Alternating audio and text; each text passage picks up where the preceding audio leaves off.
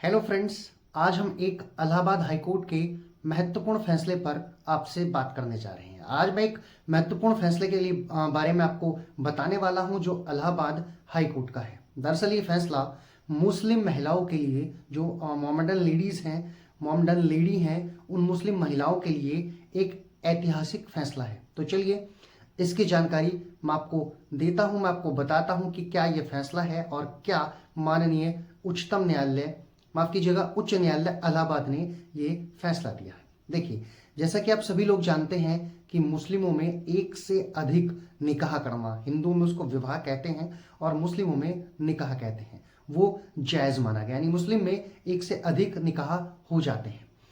अब एक से अधिक निकाह जब हो जाते हैं तो संपत्तियों के बंटवारे या फिर शौहर यानी कि पति की पेंशन पर जो पेंशन होती है पति की, उस पर विवाद होना तो बिल्कुल तय है।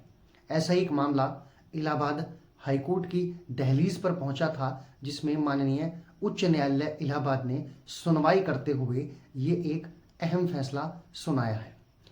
हाईकोर्ट ने फैसला देते हुए कहा है कि जो पेंशन होती है जो शौहर को मिलती है, और मुस्लिम व्यक्ति भले ही उसकी 3 बीवियां हों, लेकिन जो उसकी बीवियां हैं वो अपने शौहर के बाद, आप इस बात को नोट करिए, उनकी बीवी जो है वो अपने शौहर के बाद उनकी पेंशन की हकदार होती हैं। तो उनमें से कौन सी बीवी होगी जिसमें 3 निकाह हुए हैं, कौन सी बीवी को पेंशन मिलनी चाहिए? तो माननीय उच्च न्यायालय इलाहाबाद ने कहा है कि केवल पहली बीवी ही ऐसी अधिकारिणी होगी, ऐसी अधिकारी होगी जिसको पति की पेंशन मिले, शौहर की पेंशन मिले, दूसरी या तीसरी बीवी पेंशन लेने की हकदार बिल्कुल नहीं होगी। तो अब जानते हैं कि क्या ये वास्तव में मामला था। इस पूरे मामले को हम जान लेते हैं। दरअसल इस मामले की जो शुरुआत होती है वो होती है अलीगढ़ मुस्लिम यूनिवर्सिटी से।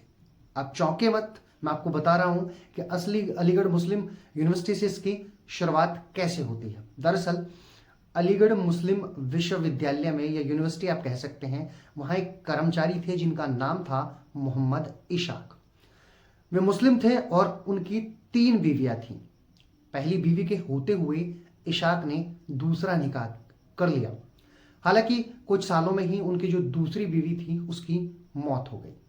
दूसरी बीवी की मौत होने के बाद इशाक, जो यूनिवर्सिटी में काम करता था, एक कर्मचारी था यूनिवर्सिटी का, उसने अपना तीसरा निकाह किया और तीसरा निकाह किया शादमा नाम की एक मुस्लिम महिला से। पहला निकाह, उसके बाद दूसरा निकाह, दूसरी बीवी की मृत्यु हो जाने के बाद शादमा नामक युवती से तीसरा विवाह उस शख्स ने कर लिया। कुछ समय बाद जो शौहर था इशाक, उसकी भी मौत हो गई। इसके बाद AMU यानी अलीगढ़ मुस्लिम यूनिवर्सिटी से इशाक को मिलने वाली पेंशन उनकी तीसरी बीवी, या आप ऐसा कह सकते हैं उनकी सबसे छोटी बीवी, यानी कि जिससे सबसे बाद में निकाह किया गया था, वो उनकी तीसरी बीवी हुई, उनको मिलने लगी।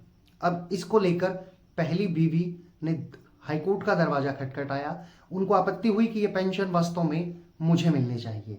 वो पेंशन मिल रही किसको थी? तीसरी बीवी को मिल रही थी। इसके लिए पहली बीवी जो थी उसने माननीय उच्च न्यायालय का दरवाजा खटखटाया। उनकी पहली बीवी का नाम बीवी सुल्ताना बेगम था। उन्होंने AMU के कुलपति को हाईकोर्ट जाने से पहले एक पत्र लिखा और कहा कि पेंशन मुझे दी जाए, लेकिन उनके उस पत्र पर AMU की तरफ से, कुलपति की तरफ से कोई सुनवाई नहीं हुई। उसके बाद वो हाईकोर्ट चली गई और इस मामले की सुनवाई करते हुए इलाहाबाद हाईकोर्ट ने ये फैसला दिया कि किसी भी शौहर की पेंशन पर जो पहला अधिकार होगा, जो पहला हक होगा, वो उसकी पहली बीवी का होगा, ना कि दूसरी या फिर तीसरी बीवी का। तो ये एक अहम फैसला था जिससे बहुत सारे विवाद जो हैं मुस्लिम लोगों में जो हैं वो कहीं ना कहीं सुलझने वाले हैं। ये एक ऐतिहासिक फैसला था और कोर्ट ने इसके बाद निर्णय देते हुए कहा कि जल्द से जल्द